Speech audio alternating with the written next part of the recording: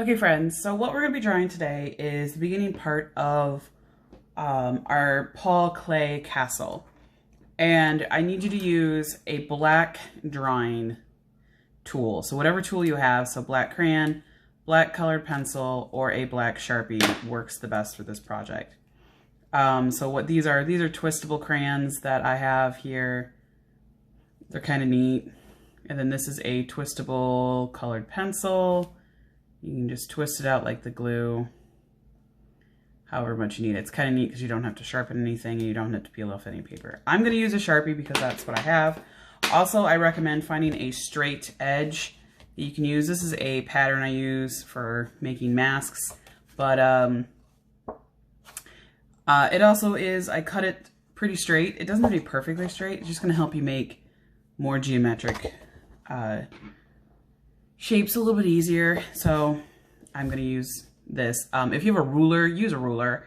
I can't find my ruler, so I'm going to use this. You can decide if you want your paper vertical or horizontal. Either way doesn't matter. If you do vertical, it does have to take up most of your paper. So don't draw it all the way down here because we are going to draw to the top of our paper almost.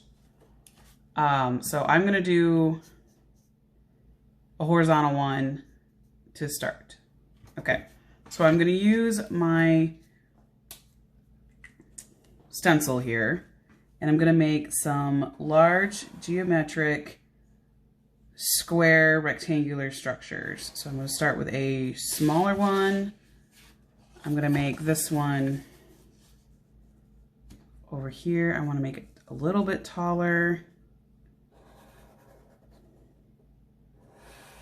You notice how I'm not drawing all the way across the shape. I'm just moving it around. So you can use anything that you have for stencils. You can cut your own out of whatever you have. Like I said, I just used a pizza box and it works pretty well. Just something to help you make straighter lines, because I know not everybody can freehand straight lines like I can. So I go all the way across my paper here. Okay, edge to edge, as you see that. There's no white space along the sides. Okay. Now what I'm going to do is I'm going to go through and make these taller. I just want to add layers. So I'm going to go like this. I'm going to take this one up taller, so where it's higher than this. So I'm basically making layers or sections. I'm going to make this one not a lot taller, but a little bit. So the nice thing with using the cardboard is you can kind of line it up to where you want it to be. And then I'm going to go slightly taller over here. Okay, so after you're done with making your structures and sectioning them off, so this one's going to be one big one that I'm going to work with. Put some domes on top. Now you can do just a rounded dome, which is a little bit harder, or you can add triangles. Again, you can use this, so you stick the corner in there and you go from edge to edge. So I line up my corner here and I lined up the corner here, and I can just trace like that. And I've got a triangle on it. Now you can also do a different kind of triangle where you draw like that, and then you can line it up. So you just line up your lines corner to corner. You can do a top like that, or this one I'm going to use the pre-existing corners. I'm going to draw that way.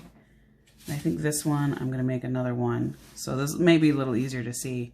Is I take my corner and I go from side to side. So I line it up to where it fits perfectly within that space. You don't have to do that, but now I've got some triangles on the top. Now,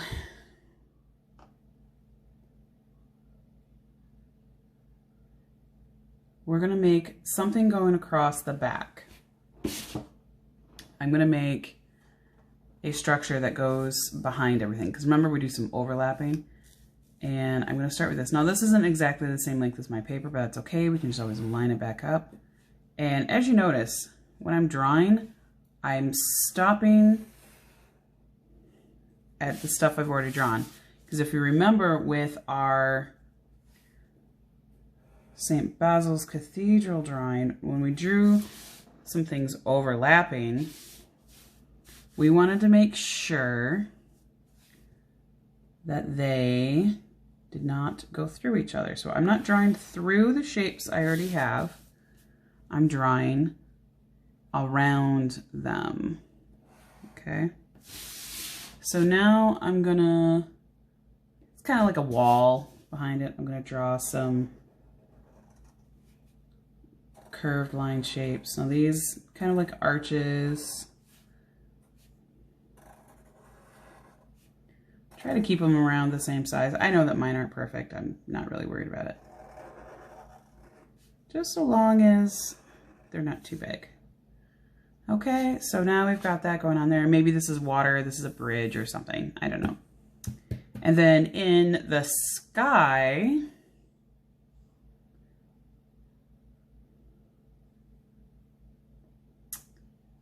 you can add a moon or sun, depending on what you're feeling. I'm feeling a nighttime picture. So over here, I'm going to add a crescent moon shape. And then I'm going to draw stars. And they do not have to be perfect. If you want to, you can also draw little tiny stars like that off in the distance.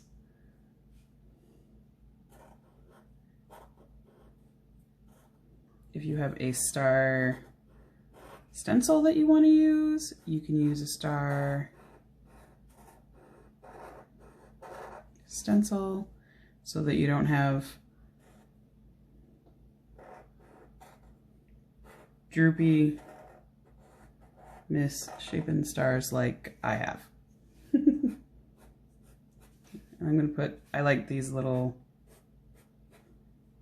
twinkly little stars that I'm putting in the background.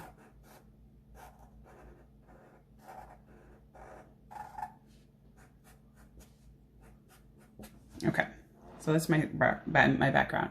Now inside of the shapes, I'm going to go through and just kind of like what we did before, we're going to do some line work, but we're going to keep it to geometric lines only. So this one, I'm going to add shapes in. So I'm going to do a lot of work with triangles.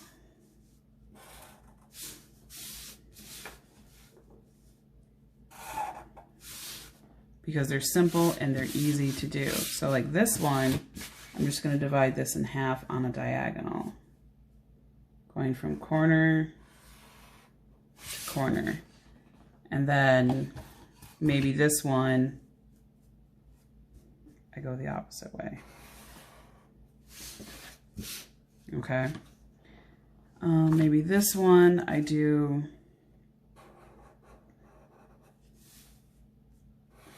some elongated trapezoid shapes or rhombus shapes by adding diagonal lines. Maybe this one is broken up a little bit more like this. And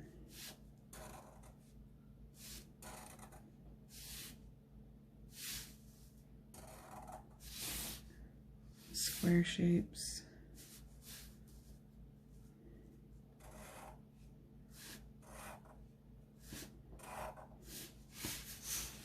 And these ones I'm going to make different.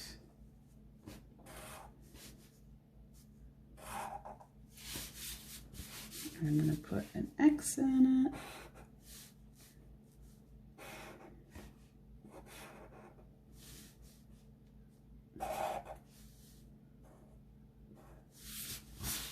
And then this one, I'm going to do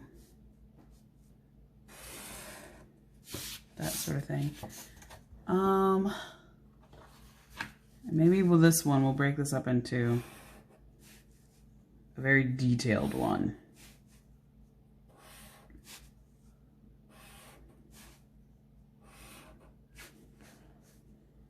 Now, you can continue using a straight edge if you want. I can draw pretty straight lines freehand, so that's what I'm going to do. But if you feel that you need to continue with your straight edge, please, please use whatever you feel is necessary in order to be successful with this project.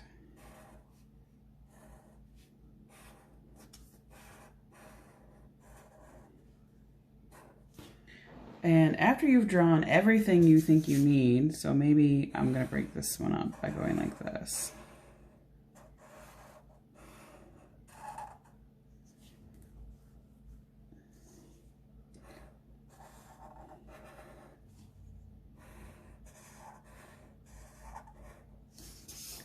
So after you think that your picture is good and you like it, you can go ahead and be done with drawing shapes inside of your shapes. And then that is it for this part of the project.